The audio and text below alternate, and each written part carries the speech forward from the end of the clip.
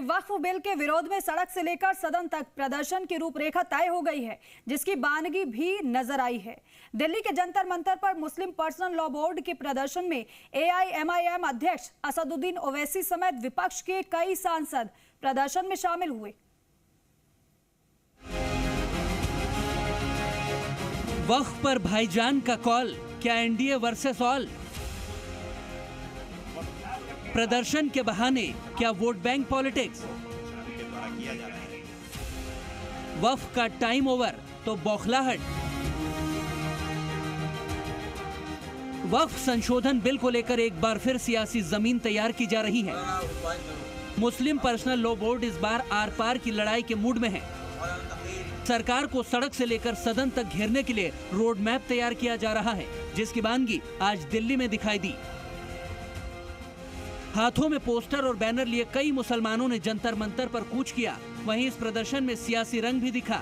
मंच पर ओवैसी ने मोर्चा संभाला और मोदी सरकार पर आरोप लगाते हुए कहा कि ये कानून बनाकर मुसलमानों की मस्जिदें और कब्रगाह छीन लेने की कोशिशें कर रहे हैं। हमारा काम विरोध करना है क्योंकि ये अनकॉन्स्टिट्यूशनल है। ये बिल वक्फ की जायदाद को बचाने के लिए, एनक्रोचर्स को निकालने के लिए नहीं, ना उसकी इनकम को बढ़ाने के लिए, बल्कि वक्फ की जायदादों को ख़त्म करने के लिए, मुसलमानों से उनकी मस्जिदें, दरगाहें, खानखाहें, कब्रस्तान को छीनने के लिए इस तरह का प्रोविजन उसमें रखा गया है। तो इनकी नीयत खराब है। ओवैसी सिर्फ यही नहीं रुके, जबकि उन्होंने सवाल किया कि हिंदू, बौद्ध और सिख के मजहबी चीजों पर कोई हस्तक्षेप नहीं करता, लेकिन हमारे साथ ही ऐसा क्यों हो रहा है? वो सरकार कहती है हमारी प्रॉपर्टी है, कल कलेक्टर ऑर्डर करेगा और नोटिस लगा देगा गवर्नमेंट प्रॉपर्टी। वही तो कर रहे हैं। और हिंदू धर्म में, सिखों के धर्म में, जैन धर्म में, बौद्ध धर्म में उनके जो मजहबी बोर्ड्स हैं, उसमें तो कोई उन्हीं का मजहब का नहीं बन सकता है। यहाँ पर आप कैसे बना रहे हैं फिर? और ज्यादा बना सकते हैं क्या? इससे वक्फ को बचाने का कोई ताल्लुक नहीं है। वक्फ बिल के खिलाफ प्रदर्शन को विपक्ष का भी साथ मिला। कांग्रेस, समाजवादी पार्टी और टीएमसी समेत कई विपक्षी दलों ने इसका समर्थन किया। लोकतंत्र में उनको अधिकार है, सबको अधिकार है, जो बातें मन की न हो, जो बातें समझते हैं कि उनके साथ अन्याय हो, तो लोकतांत्रिक ढंग से उसका विरोध करें। और सरकार को की भी जिम्मेदारी बनती है खुले मन, खुले दिल, खुले दिमाग से देश बड़ा है, देश की एकता बड़ी हुई है, ये सोचकर उनकी बातों को सुने। वहीं कांग्रेस ने बिल के बहाने मोदी सरकार को कटघरे में खड़ा किया है। कांग्रेस सांसद इमरान प्रतापगढ़ी ने कहा कि ये सरकार की तानाशाही है। सरकार को समझने की जरूरत है। बहुत विरोध है, आप खुद कह रहे हैं, मीडिया के साथ ही कह रहे हैं कि बहुत विरोध है। ऐसे में सरकार जो तानाशाही थोपने की कोशिश कर रही है, उसके खिलाफ लोकतांत्रिक तरीके से अगर संस्थाएं विरोध कर रही हैं तो अच्छी बात है, विरोध करना चाहिए। क्योंकि सरकार क्यों तानाशाही थोपना चाहती है? वक्फ की जमीनें लूट करके अपने उद्योगपति दोस्तों को देना चाहते हैं क्या? विपक्ष की ओर से निशाना साधा गया तो सरकार की तरफ से भी पलटवार हुआ। बीजेपी ने मुस्लिम बोर्ड को कांग्रेस की बी टीम बता दिया। देखिए, ये कांग्रेस पार्टी की बी टीम है। राहुल गांधी जो वियतनाम में छुट्टी बना रहे हैं, वो पूर्व में ये कह चुके हैं कि he wants to fight the Indian state.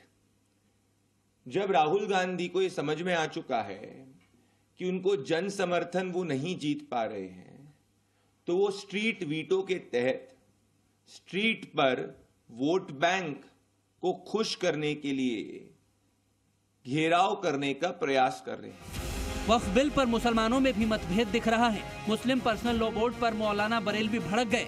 उन्होंने आरोप लगाया कि बोर्ड अपने मकसद से भटक चुका है। बोर्ड को सियासी पार्टियों ने हाईजैक कर लिया है। मुस्लिम पर्सनल लॉ बोर्ड अपने असल मकसद से भटक गया है और पहले बोर्ड में कोई भी पॉलिटिकल शख्सियत को ओहदा या मेंबर नहीं बनाया जाता था, मगर आजकल का जो बोर्ड है, इस बोर्ड में हिंदुस्तान में जितनी भी सियासी जमातें हैं, पॉलिटिकल पार्टियां हैं, उनके अक्सर मेंबर पार्लियामेंट हो या और ओहदेदारान हो, वो सब मुस्लिम पर्सनल लॉ बोर्ड के मेंबर हैं या उनको कोई न कोई जरूर पोर्टफोलियो दिया गया है। वक्फ पर सियासी बयानबाजी तेज है। विश्व हिंदू परिषद ने कहा कि कुछ कट्टरपंथी मुस्लिम जमात प्रदर्शन कर रही है। सीएए के वक्त भी इस तरीके की बातें फैलाई गई थी। वैसा ही एजेंडा एक बार और चलाया जा रहा है। भारत के संविधान और भारत की जो संसदीय परंपरा है उसको कलंकित करना, बने हुए कानून के अंदर छेद बनाना और जो कानून जनता के लिए हितकारी है उसका दुष्प्रचार करके उसको अहितकारी साबित करने की कोशिश करना, ये आज भारत के विपक्ष और इस्लामिक इन जिहादी संगठनों की एक रणनीति सी बन गई है। लेकिन खैर जनता जानती है और मुस्लिम समुदाय का जो सुधी वर्ग है थोड़ा बहुत, वो भी इस बात को समझ रहा है अच्छी तरह से। वक्फ बिल के विरोध में प्रदर्शन को देखते हुए गाजी बॉर्डर में सुरक्षा के कड़े बंदोबस्त किए गए थे। पर सुरक्षा के कड़े प्रबंध कर दिए गए हैं। तस्वीरें दरअसल आपको दिखा देते हैं। गाजीपुर बॉर्डर पर इस वक्त हम मौजूद हैं। यहीं से सीधा दिल्ली के लिए रास्ता जाता है, क्योंकि जंतर मंतर पर जो है प्रदर्शन के लिए आह्वान किया गया है मुस्लिम समाज से, जो सामाजिक संगठन है और जो विपक्ष के लीडर हैं दरअसल उनको बुलाया गया। अब ऐसे में ये विजुअल आपको दिखा देते हैं। दिल्ली पुलिस यहाँ पर पूरी तरह से दरअसल मुस्तैद है। सुरक्षा के कड़े प्रबंध किए गए हैं ताकि अगर यहाँ से बड़ी संख्या में लोग पहुँचते हैं तो उनको दरअसल गाजीपुर बॉर्डर पर ही रोक लिया जाए।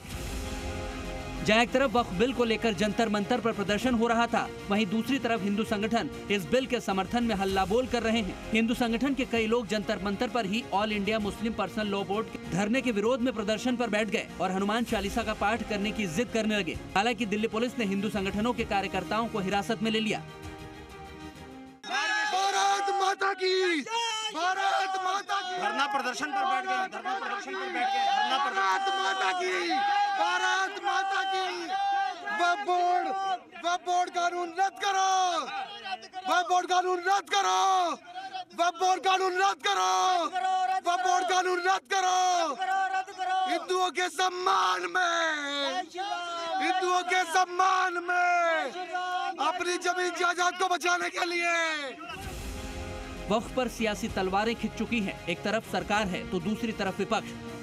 वहीं इस मुद्दे पर कई मुस्लिम मौलाना सरकार के साथ हैं तो कई विरोध में। आने वाले वक्त में इस पर और भी सियासी बवाल होने की उम्मीद जताई जा रही है।